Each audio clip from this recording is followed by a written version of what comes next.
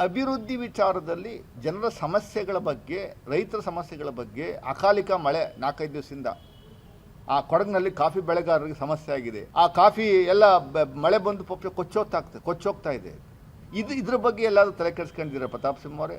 BJP ತಲೆ ಕೆಡಿಸ್ಕೊಂಡಿರೋ ನೋಡಿದ್ದೀರಾ ನೀವು? ಯಾರಾದರೂ ಮಾತಾಡಲಿ, ಸುಮ್ಮನೆ ಬೆಂಕಿ ಹಚ್ಚುವಂಥದ್ದು ಅಷ್ಟೇ ವ್ಯವಸ್ಥೆ.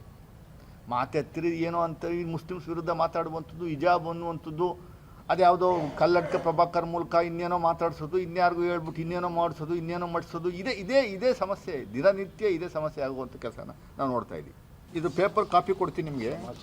ಸಮಾಚಾರ ಅಲ್ಲ, ಪ್ರದೇಶ ಸಮಾಚಾರ ಅಂತ ಪತ್ರಿಕೆ ಯಾವುದು ಅಂತ ನಿಮ್ಗೆ ಹೇಳ್ತೀನಿ. ಅಲ್ಲ, ಗೊತ್ತಿಲ್ಲ. ಈ ಪತ್ರಿಕೆಯಲ್ಲಿ ಬಂದಿರುವಂಥ ಒಂದು ರಣವ್ಯೂಹ ಏನಿದೆ JDSನವ್ರದ್ದು, JDSನವ್ರ ರಣವ್ಯೂಹ ಏನಿದೆ, ಆ ವ್ಯೂಹದ ಪ್ರಕಾರ ದಯಮಾಡಿ ಕುಮಾರಸ್ವಾಮಿಯವರು ಉತ್ತರವನ್ನು ಕೊಡಬೇಕು ಅಂತ ನಾವು ಬಯಸ್ತಾ ಇದ್ದೀವಿ ಅಷ್ಟೇ. ಪ್ರತಾಪ್ ಸಿಂಹ ಅನ್ನುವಂಥ ಉದ್ದೇಶ ಇದೆ ಅಂತ ಈ ಅಂಕಣಕಾರರು ಬರೆದಿದ್ದಾರೆ, ಎಡಿಟರ್ ಬರೆದಿದ್ದಾರೆ. ಈ ಪತ್ರಿಕೆಯಲ್ಲಿ ಬಲ್ಲ ಮೂಲಗಳು ನಮಗೆ ಮಾಹಿತಿ ಇದ್ದಾವೆ ಅಂತ ಬರೆದಿದ್ದಾರೆ.